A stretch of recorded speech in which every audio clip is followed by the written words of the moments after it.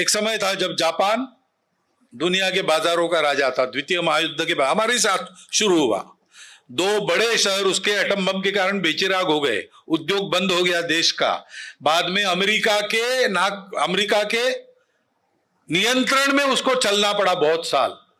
1947 में उसने भी प्रारंभ किया, हमने भी प्रारंभ किया, लेकिन हमसे कई आगे निकल गया और अपनी मिलिट्री का भी पुनर्निर्माण करने लगा था उस समय। तो दुनिया के दो समाज शास्त्रज्ञ और दो अर्थतज्ञ, इन्होंने उसका अध्ययन किया और एक पुस्तक लिखी। वो पुस्तक आज भी मिलेगी आपको, द इनक्रेडिबल जापानीज, ऐसा उसका नाम है। पुस्तक पुरानी है, 80 के दशक में छपी है, लेकिन वो पूरा जापान का अध्ययन के, छोटी है बहुत, पढ़ने में ज्यादा नहीं है, जरूर पढ़िए। बाद में जापान के बड़े होने के 9 कारण वो बताते हैं।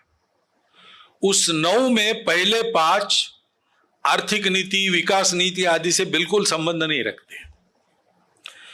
पहला कारण वो बताते हैं कि जापान इसलिए बड़ा हुआ कि जापान के लोग देशभक्त है।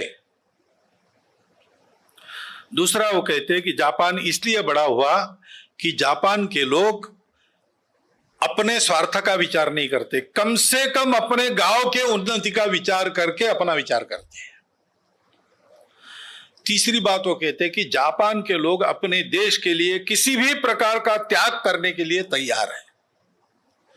चौथा वो कहते हैं कि जापान के लोग अपने देश के लिए किसी भी प्रकार का साहस करने के लिए तैयार हैं। और पांचवी बात को कहते हैं कि जापान के लोग अपने देश और समाज का हित ध्यान में रखकर अनुशासनबद्ध होकर चलते हैं। बाकी फिर 4 बातें जीरो एरर वगैरह ऐसी उन्होंने उनके उद्योग से, अर्थशास्त्र से संबंधित ऐसी कही।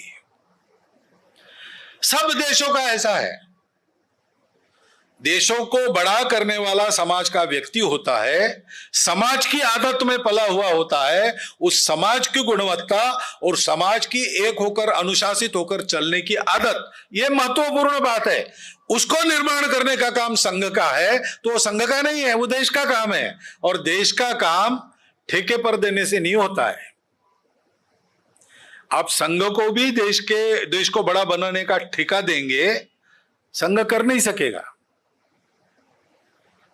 पूरे समाज को संगठित होकर अपने देश के लिए जीने मरने पर उतारू होकर, एक होकर, भेद और स्वार्थ भूलकर जीना पड़ता है, तब देश बड़ा होता है।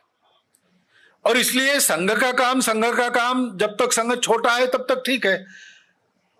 130 करोड़ के समाज में जब तक 100 करोड़ के ऊपर हम जाते नहीं, तब तक ये नाम रहेगा, उसका इलाज नहीं। लेकिन आखिर करना क्या है संघ को? पूरा 130 करोड़ का समाज संगठित हो देश के लिए, तो ये समाज का काम है।